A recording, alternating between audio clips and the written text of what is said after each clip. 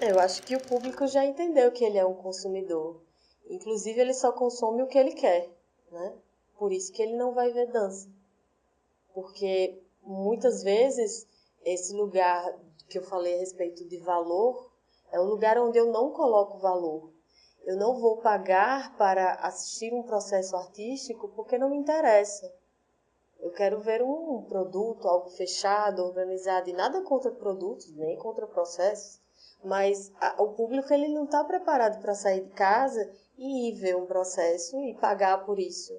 Porque às vezes é muito sofrido, ou é muito fechado, ou é muito difícil de acessar, ou eu não vou compreender. Então eu não vou pagar para não ter nenhum tipo de entretenimento. Então eu prefiro ficar em casa, assim. Mas o público eu acho que ele já entendeu o que ele consome. E é exatamente isso, ele não consome porque ele não quer. Porque, na verdade, existe por parte da classe artística uma dificuldade enorme de conversar sobre economia mesmo.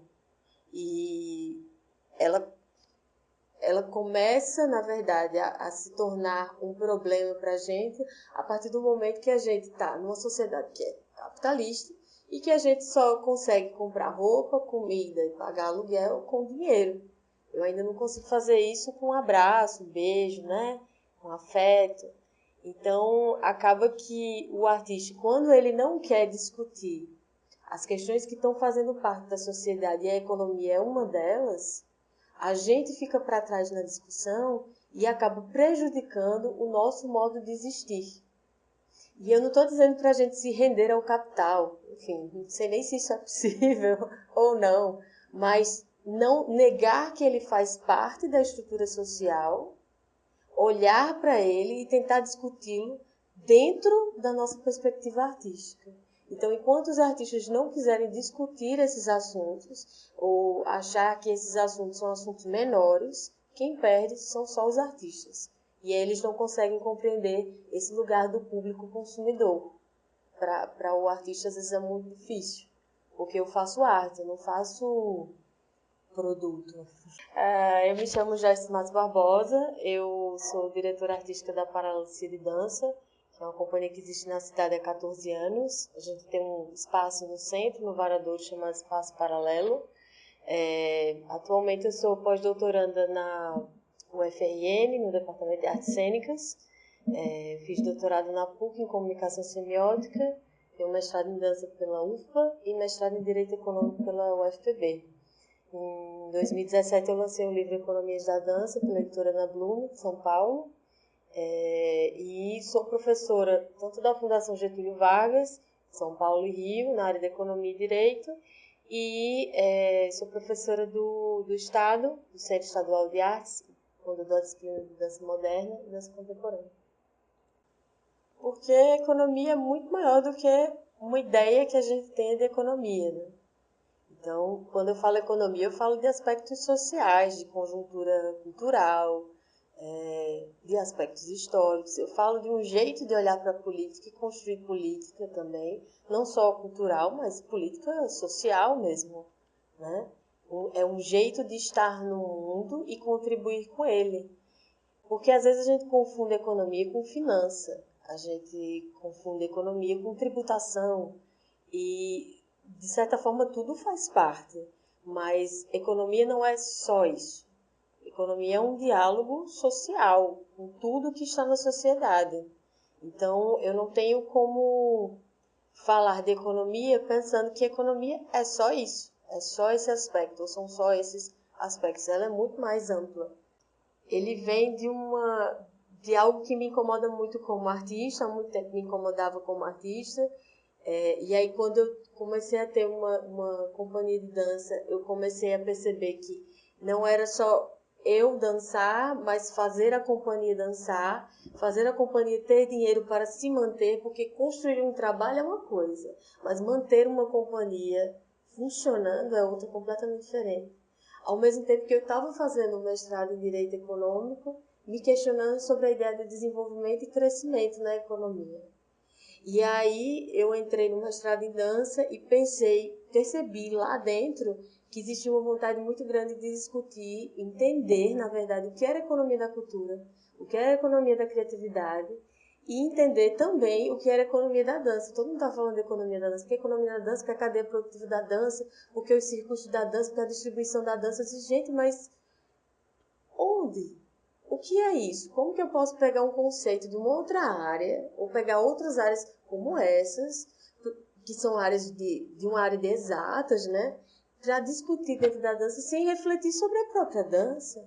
Mas ele surge dessa minha necessidade de discutir enquanto artista o meu modo de existir, o meu modo de viver e o modo de fazer a arte estar, né?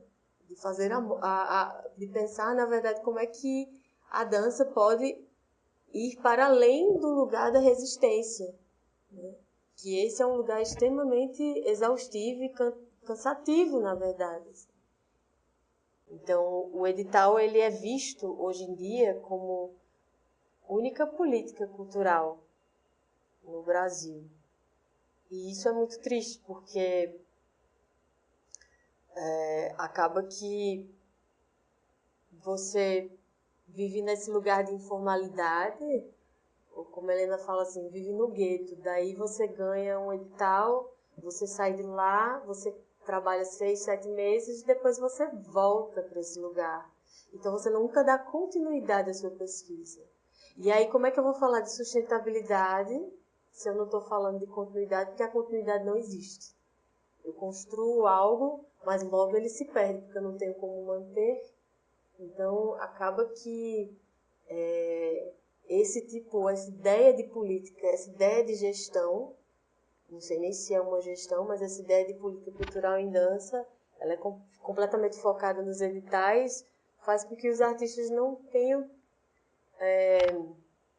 digamos assim, tanta força política, muitas vezes, para sair do lugar em que está, sabe? Ainda é um lugar muito frágil, eu acho, porque não é discutido no âmbito político.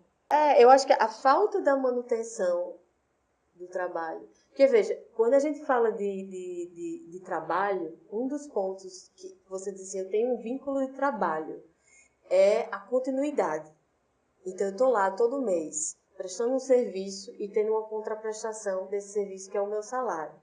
A partir do momento que eu não tenho continuidade, eu não posso pensar vínculo trabalhista. Então, não existe um foco no trabalho. O pensamento sobre o trabalho ele não existe no meio artístico porque não existe esse lugar de continuidade. Mas, Joyce, eu não estou aqui há 2 anos trabalhando sistematicamente, toda semana, sim, mas você está tendo uma contraprestação mensal por esse trabalho? Não. Então, não é trabalho. É o que as pessoas falam, né? Mas você pode pensar, eu estou aqui o tempo inteiro, é o meu trabalho. Mas eu não estou tendo essa contraprestação, que também é outra referência para vínculo trabalhista. Mas ele ainda não é um lugar capaz de fazer com que a gente mantenha a dignidade nessa atividade de trabalho mesmo, né? Que a dança, ou o fazer artístico na dança, ele tem esse caráter trabalhista. Ainda é muito nesse lugar da parceria mesmo, para poder sobreviver. Eu acredito no movimento, mas não esse movimento. Quando eu falo movimento, eu não falo nesse aspecto estético. Eu estou falando de estar movendo as coisas, movendo as ideias, movendo as pessoas. Porque uma vez que eu paro de mover, eu simplesmente paro. Então, eu paro minhas ideias, eu paro de refletir sobre os problemas. Então, por acreditar muito no movimento, é que a gente tem tentado colocar isso em prática. Não parar de estar em movimento. Não é só pensar esses lugares o lugar da criação artística, do processo de criação, mas também como é que eu posso estar com esses processos perto das pessoas.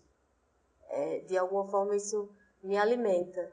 E de alguma forma também estar disponível para conversar sobre esses assuntos, como é o caso agora nesse momento, assim, que quando as pessoas querem conversar sobre a dança de uma maneira geral, eu estar disposta a querer ouvir e querer conversar e querer falar. De alguma forma, eu acho que essa energia tem que ser canalizada para o futuro, né? Esse amor ao destino, né? Então, o destino é algo que é uma luz que se abre para o futuro e não uma luz que se fecha para o passado. Assim. Acho que, de alguma forma, isso me anima a continuar e eu me animando a continuar, eu consigo animar também as pessoas que estão ao meu redor, assim.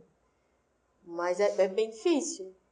E aí eu tenho tentado, na verdade, focar mais nas soluções do que nos problemas, porque os problemas a gente já sabe que existem, né? As dificuldades, elas estão aí, mas como é que eu posso olhar para além das dificuldades, mas sem ser poliana, sabe? Sem ser Dorothy, né? Depois vem o arco-íris na tempestade, né? Mas como é que eu posso olhar para isso de uma maneira objetiva, encarar os problemas, mas ao invés de ficar olhando para eles, colocá-los de lado e seguir.